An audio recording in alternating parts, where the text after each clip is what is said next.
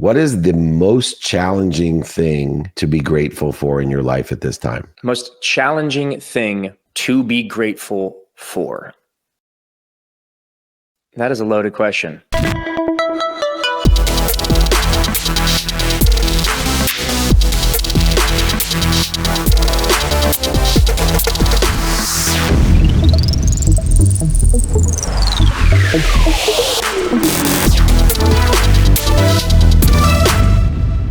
Welcome to Celebrity Entrepreneur Show with the amazing James Maslow. That has a flow to it. And my young executive entrepreneur is in the flow at all times. That's why I enjoy collaborating with him here on our Office Hours series. Welcome back, my brother from another, the celebrity entrepreneur himself, James Maslow. What's going on, brother? Man, I'm excited. We're a day away from the greatest reminder of the simple thing that can have the most impact on our life, the simple thing of gratitude. And we've created a celebration in the United States, at least, and other countries do the same, to remind us that maybe we should have a different perspective every day. But in case you fall into the trap of the simple things to do or simple not to do and forget to say thank you, at least once a year, we have that reminder about the behaviors that best suit us and the progress that we want to make. How do you perceive gratitude in a day of remembrance of gratitude, which is called Thanksgiving? Man, well, first off, I'm just psyched that we are getting this show going. So I'm grateful for that. I'm grateful that I believe this time I'm double checking. I'm getting thumbs up that the audio is working today on Instagram Live. Grateful we have another opportunity to lock this in and start the conversation, but grateful to have people like you in my life, because I think it's really difficult for us to just naturally be grateful all the time. In fact, for me at least, it's a skill that I have to work on all the time. You know, it's like being happy, being grateful. I don't think that there should be an expectation of like, you're just naturally going to be this way. I think you have to make the conscious choice every day. And the more I choose to be grateful for what I have, the more I find myself being naturally happy. But again, it comes from this absolute conscientious daily choice. And when I say friends like you quite literally, as one of my friends and mentors for the last few years, remind me all the time, you know, when there's issues or problems and I call you up and work through them, to focus on what we can control, not stress about what we can't control, and really look at everything from a much bigger picture. So if everything's really stressful today or this week or this month, we've had an amazing year, an amazing couple of years. We're healthy, we're happy. It puts everything, like you said, back into perspective. So I love Thanksgiving because it really is just a colossal reminder. When you sit down at that table, hopefully with some friends, some family, some loved ones, hopefully with an abundance of food to eat, hopefully with great conversation, it is just a beautiful, literal, physical, visual reminder of how lucky we are. And I hope that you're in a situation, whoever's listening, that you do have some food on the table and you do have friends and family around you. And even if that's all you got that day, that is a lot. And it's more than most. So I'm excited. It's a great week. You know, so interesting as you speak, what comes through me is I talk about the simple thing to do, meaning just to say thank you. To say thank you is really easy because it takes 0.1 seconds and it's free. And it does have a great impact just to say thank you. But the actual act or intentionality of gratitude is challenging because it requires what I call the Bob Parsons formula. Bob Parsons is the founder of GoDaddy. He exited for over $4 billion and had many challenges as a United States vet, PTSD, and he suffered from a variety of different pain, struggles, setbacks, and failures, as most extraordinary people do. And the formula that came to mind as you were talking about the reminder, the remembrance, the recollection of gratitude is something that he taught me.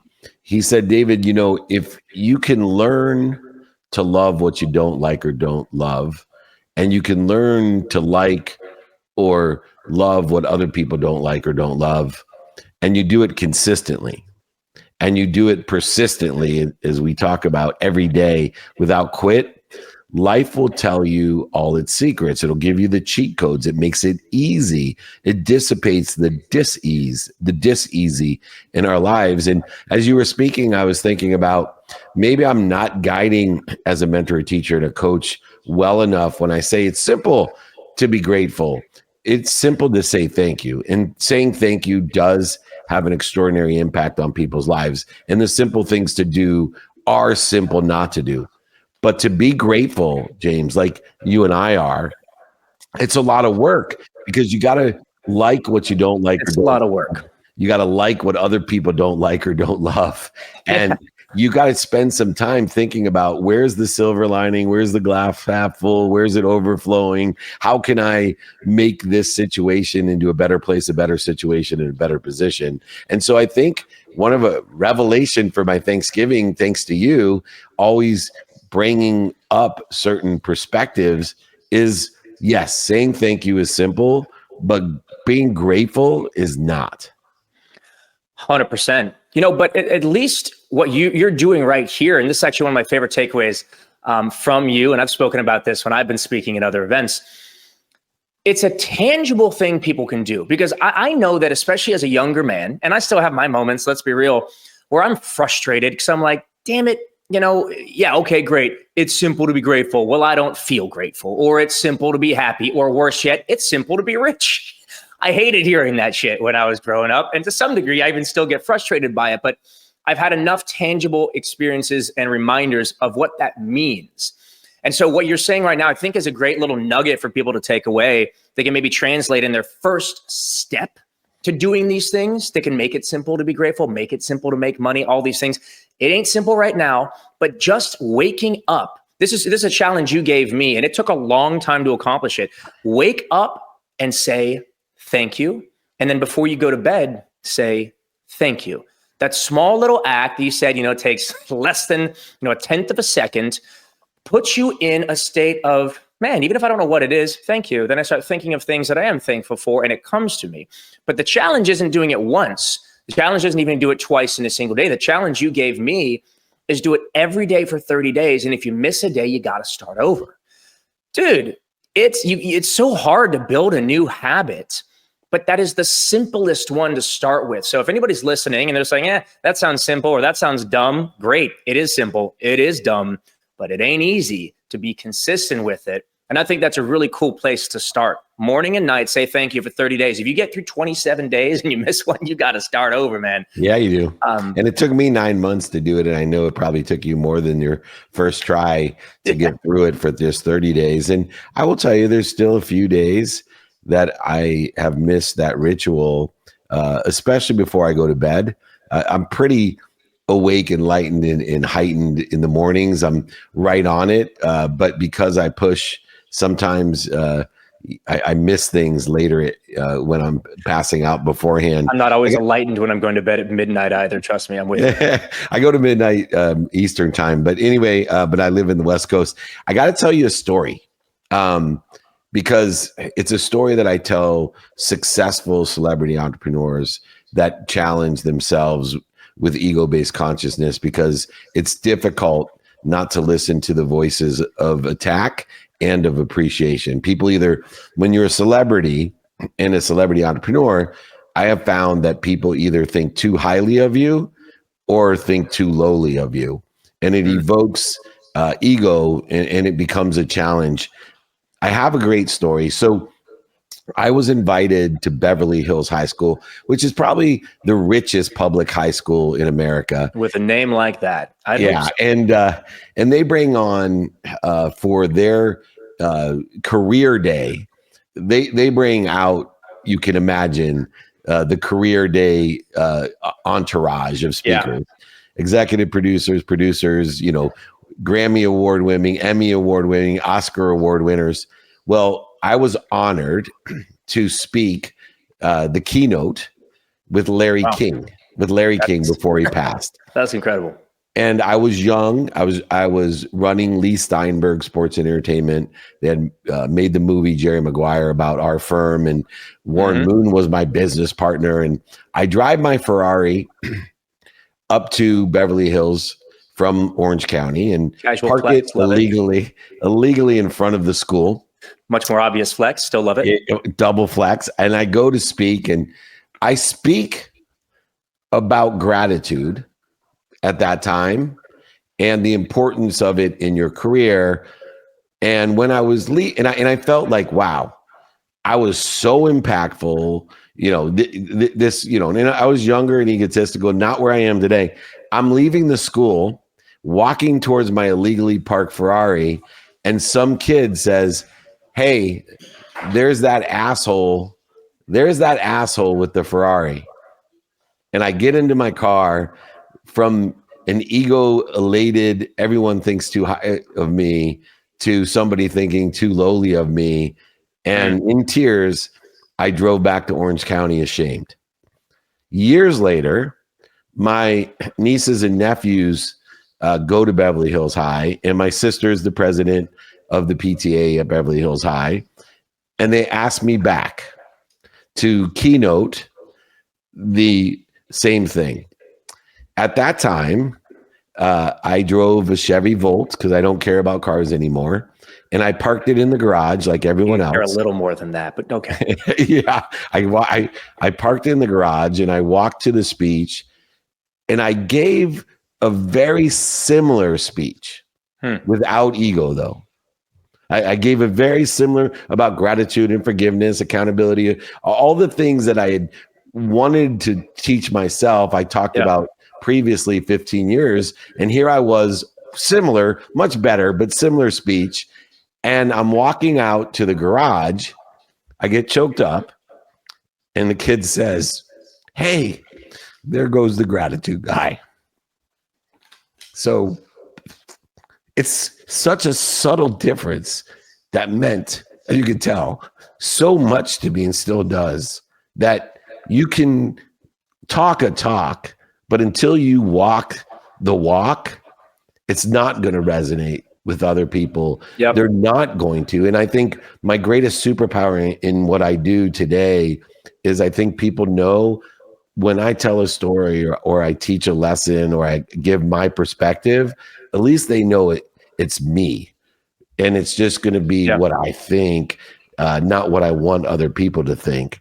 And that energy gap has been a huge enlightenment and also empowerment of gratitude in my life. And I hope when I walk through airports or wherever it is, and anyone has ever seen the content, they say, hey, there goes the gratitude guy. That's awesome, man. I think it's a really good thing to think about for anybody who, whether you've had a lot of success already, maybe, or you're striving to. I doubt there's really anybody watching this that isn't one of those things. You're probably not watching this going, man, I don't want to have anything nice in my life or contribute to the world. Maybe that's you and you're just watching it to see what dumb shit that I say. That's fine too. But I think it's a really interesting kind of lesson here in, how do you want to be remembered? Because I think some people do. They look at people driving, the G-Wagons, the Ferraris, whatever it is they're driving, and go like, yo, I 100% want that. And I don't think there's anything wrong with having material items as motivation. But one thing, I don't even know if you and I have spoken about this, but I have spoken about it on stages before. I was actually speaking at Belmont College yesterday and talked a little bit on this, which is the reason why we do things, right? Generally, there's a few others, but generally there's intrinsic reasons and extrinsic reasons. And getting a car to impress other people is an extrinsic reason. And it's just a fact. An extrinsic reason, doing things for other people, is never going to be as powerful as doing things for yourself.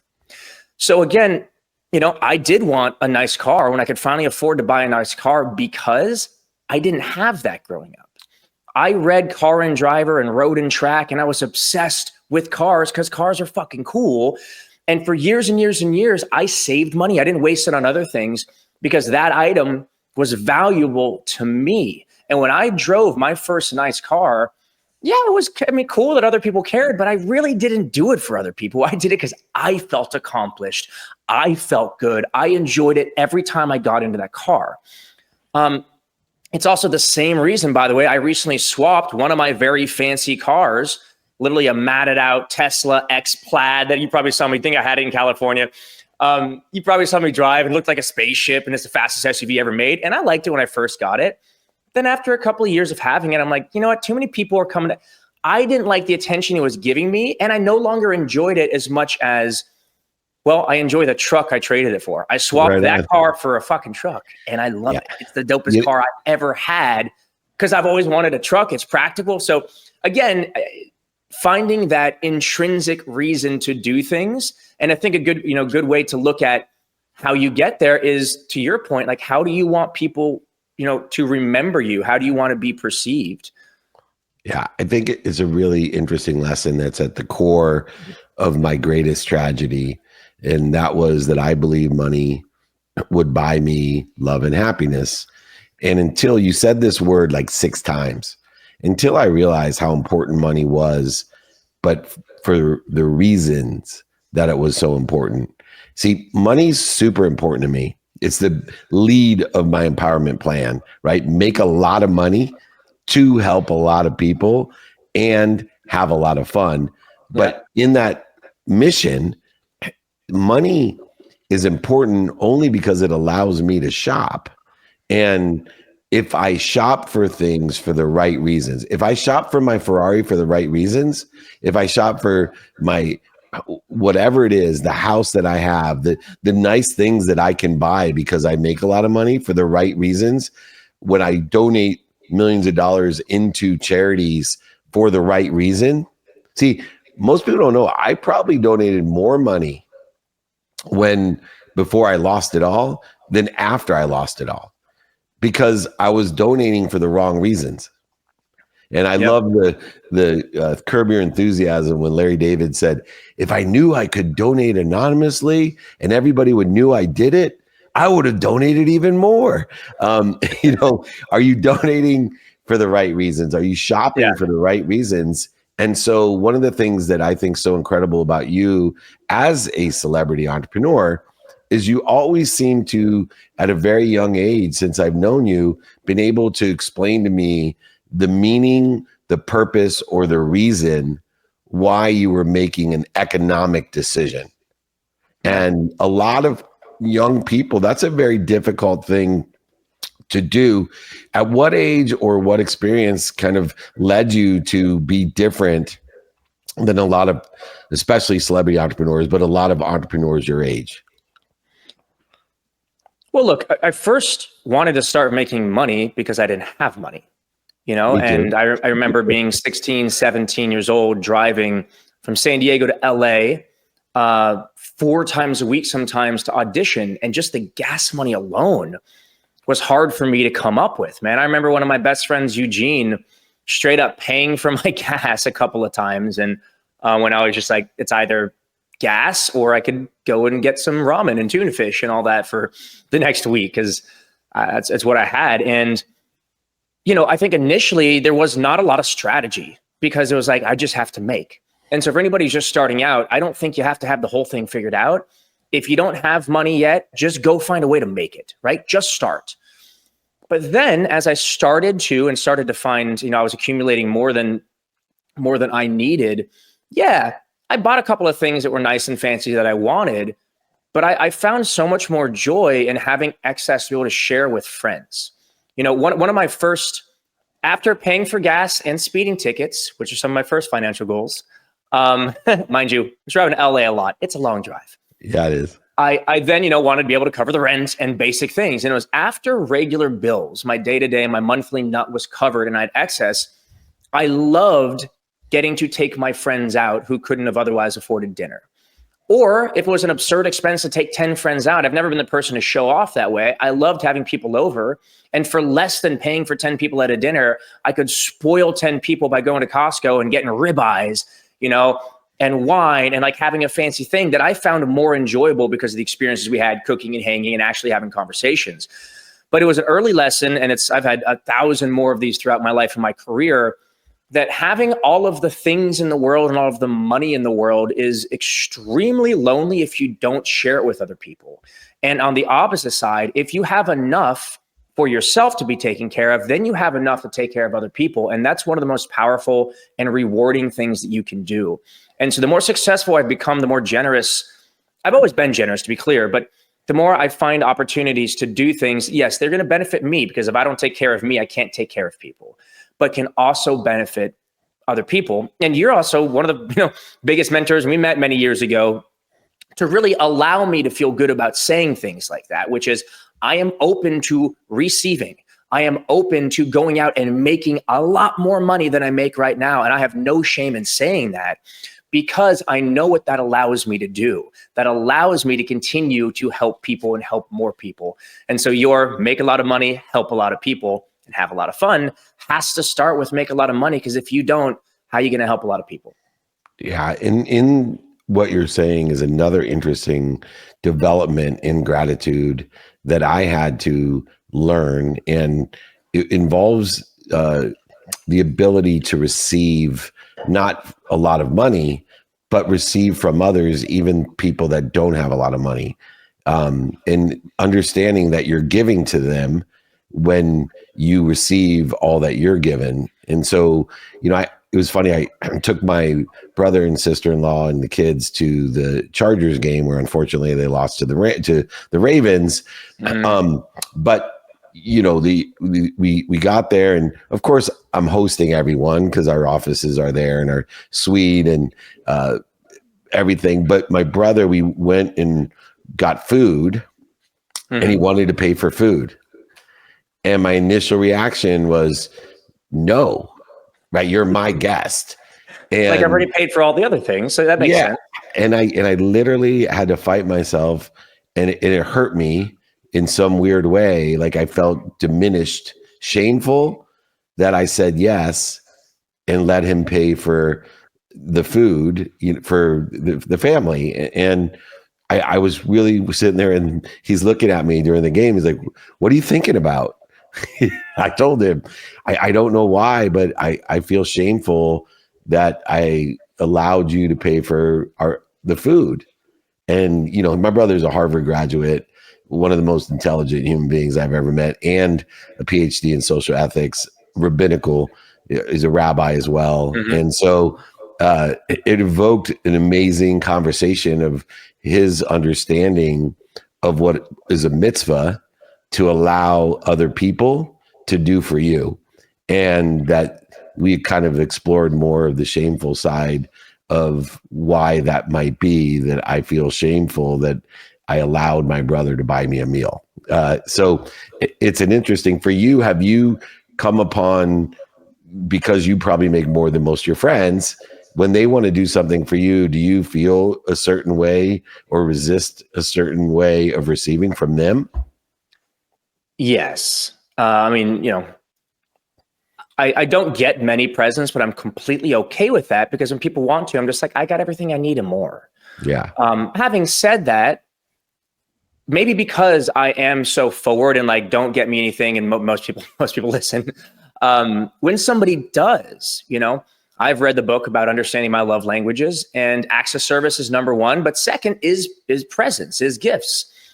And so it's a weird, kind of dichotomy in that regard. I'm like, I don't want people to spend anything on me. But when somebody does, it's not the financial aspect that I care about, right? It doesn't have to be something fancy. When my girlfriend actually just shows up and surprises me with a little thing, or goes on Amazon and orders a little thing, I don't even think she realizes how much that means to me, because I'm very proud to be the one that pays for most things in my life or my family, for a lot of my friends. But it doesn't mean that I don't appreciate being thought of. And I think that's what a gift can represent, far more than the financial implications. It's just the fact that you're thinking about another person. But yeah, I mean, my dad's a good example of this. I pretty much never let him pay for a thing. I really don't. And I try not to. And I used to feel like worried when he would, because I make a lot more than he does. He's got a good job, and but I've learned in my own way that it brings him so much joy to be able to pick up a breakfast, or, and I tell him, don't buy me a gift. And he is one of the few people that will still just randomly send me something once in a while. And it brings him so much joy to do it. And so I've had to learn to have joy receiving those things. Just for the longest time, I was just like, I don't know, like, you should just use this for things you need. But it's a strange thing to go through. And I'm sure that everybody listening has their own versions of this. You don't have to be wildly successful to have the same situation. And I think it's just good to acknowledge, like, hey, you help people when you can, and it makes you feel good. So think about it. When other people give you something, gift you something, help you, it also makes them feel good as well. So, man, this is just part of experience. And I do my best to let go of the feelings of shame that I used to have with, for similar reasons and similar things. But it takes conversations like this. It takes some emotional intelligence, which I think that our world is getting better at doing. I certainly know that I have a lot more than I did now than I did when I was a kid, but having conversations and just chatting through these things and going, well, shit, I didn't realize that, I felt shameful in this, but I do. This is such a helpful medium. Yeah, it really is. Just to finish off, I always love to think about or prioritize gratitude. And so I'm going to ask this question in a little bit different way to finish up Celebrity Entrepreneur Show that we have here. For you, what is the most challenging thing to be grateful for in your life at this time? Wow. Most challenging thing to be grateful for.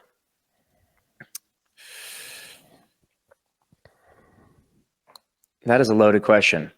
I usually am not this slow to respond, but I want to give a very thoughtful response here. My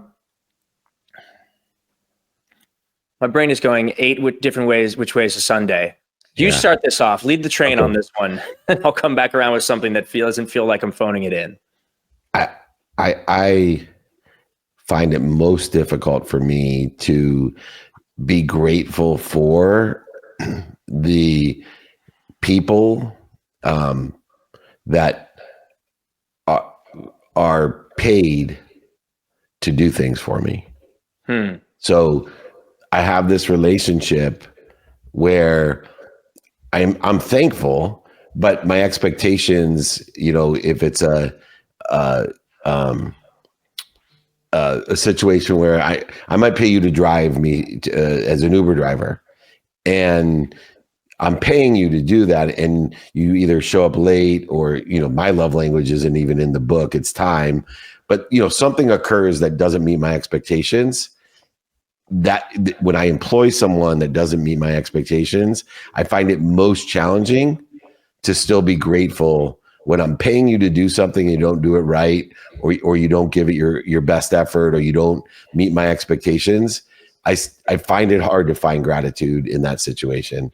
And I know I should still be grateful for the situation. Yeah, I can relate to that very much so. Had an example of that recently with somebody who was so happy to have working for me. And it actually, we pretty much parted ways the other day, and he was far more relieved than I expected, which made me feel more relieved, because it clearly wasn't a good fit for either one of us. And we're still going to keep working together in another capacity, which is wonderful. But I would say a similar concept, but not with employees or people that I'm paying, but sometimes family.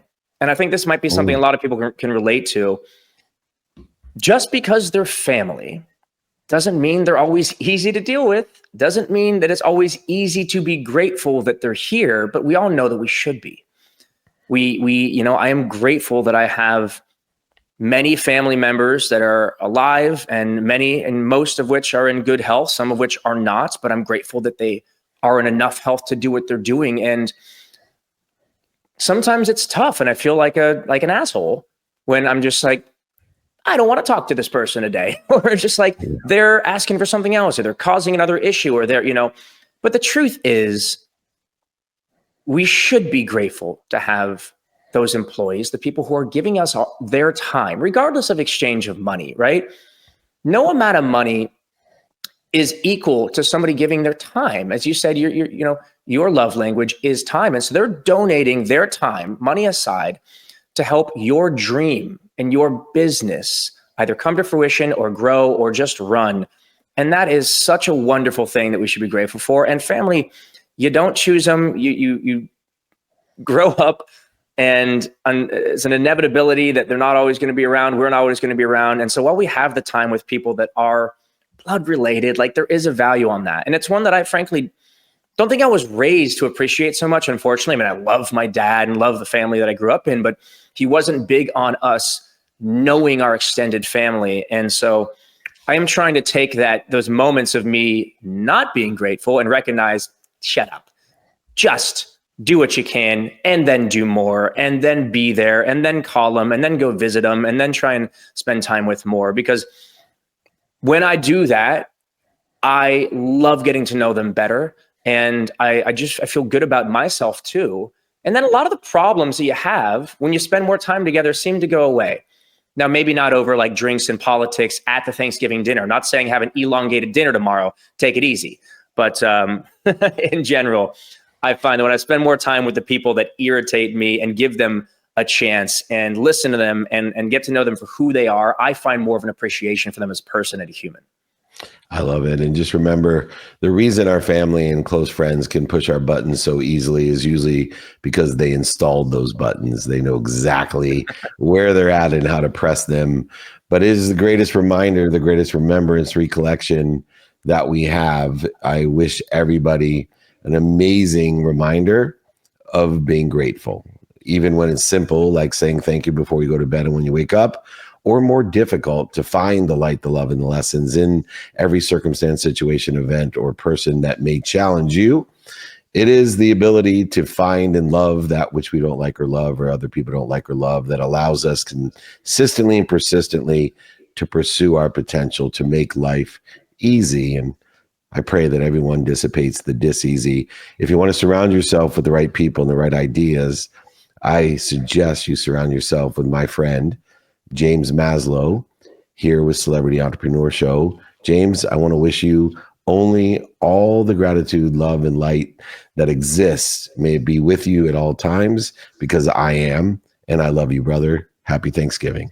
Love you too, brother. Thank you so much for jumping on. Excited to keep this show going, keep the gratitude going. And for everybody who tuned in, thank you guys. We're going to be reposting these episodes as we lock them in on YouTube and all over socials.